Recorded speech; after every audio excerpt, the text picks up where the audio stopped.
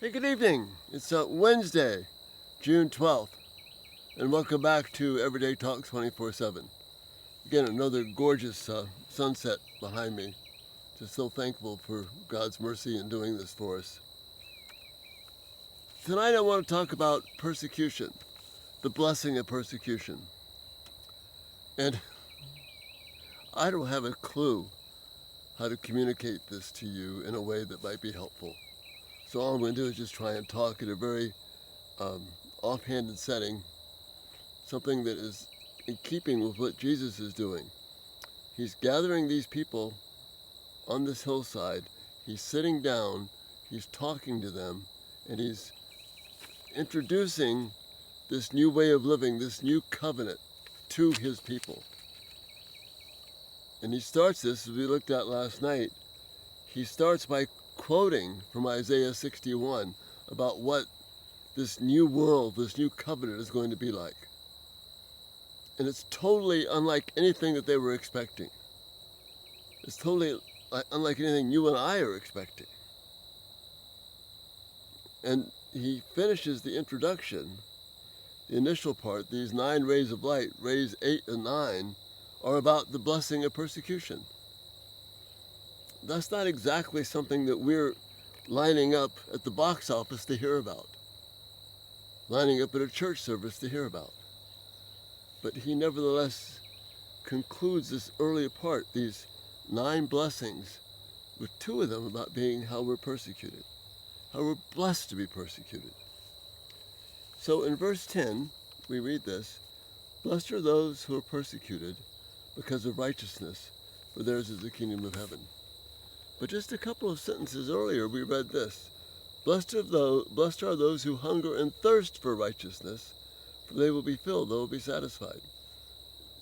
It's almost like there's some kind of a bait and switch going on here. You say, hey, hunger and thirst for righteousness, because you'll be satisfied. That sounds pretty cool, right? But then he comes and says, blessed are those who are persecuted because of righteousness, for theirs is the kingdom of heaven. So he's saying hunger and thirst for something that's going to bring you persecution because you hunger and thirst for it. That doesn't fit with our world. That's why I spent a lot of time last night looking at what it means to be poor in spirit.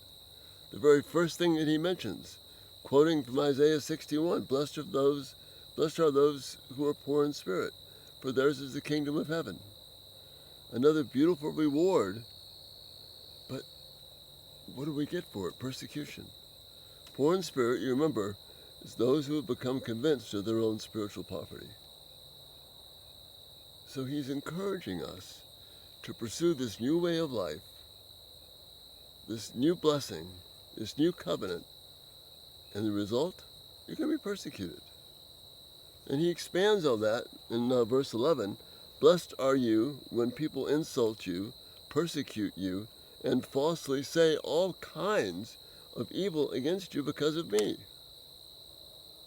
Now there are multiple passages in the Psalms that prepare us for this, but it's still kind of jarring, kind of shocking. This is the way you introduce this new covenant reality? If you pursue it with all your heart, you're going to be persecuted? And Jesus doubles down. Rejoice and be glad, because great is your reward in heaven. For in the same way they persecuted the prophets before you. In other words, you're identifying, you're connecting with the people that have stood for God and His Word. If you live for the new covenant, you won't conquer armies, you won't lead armies, you won't be seen as some great conquering hero, some person who commands the grand stage of life. What you will do is connect yourself with the kingdom of heaven where Christ rules, a kingdom that's not of this world, as Jesus says. You will connect yourself with the prophets who lived for God's honor and not their own, yet they were persecuted. You will connect yourself with the praise of God and not the praise of people. We don't need to look for persecution. That's not healthy. But if I pursue this new way, this way of righteousness, if I hunger and thirst for it, if I put others before myself, if I live a life of love, if I follow through with the things that Jesus is going to teach us in the Ten Commandments, in the Sermon on the Mount, he's saying, you will be persecuted, just like I was persecuted. See, we're not doing this for the reward that we get. We're doing this for the opportunity to bring honor to God. That's where our hope is.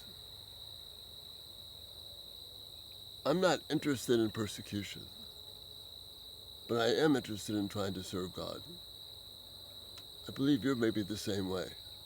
And if we can put honoring God, seek first the kingdom of God and his righteousness first, and then whatever comes our way, not because of our bad habits, but because of truly honoring God, then blessing will come, but persecution will come.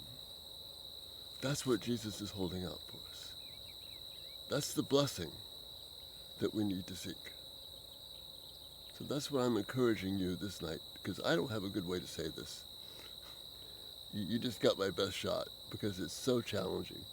And I could spend hours here talking about all the connections to persecution. But why not take it the way Jesus meant it? He's sitting down, he's talking to them the way that we would talk to each other informally, but yet, when he got done, the people said he taught not like the Pharisees with all of their grand arguments, but he taught as one who had authority. So in this very plain, simple way,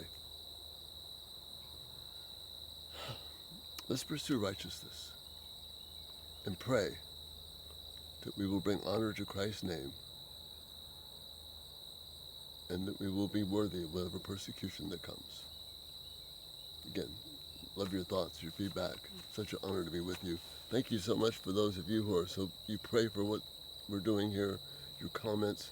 Some of you, so thankful you support financially what's happening here. I'm so thankful for that. But I'm praying that we would love God so much that we would also embrace the persecution that comes with that, because that makes us like Jesus. Again, give me your thoughts and feedback, and Lord willing, we'll talk to you tomorrow. Have a great night. Bye-bye.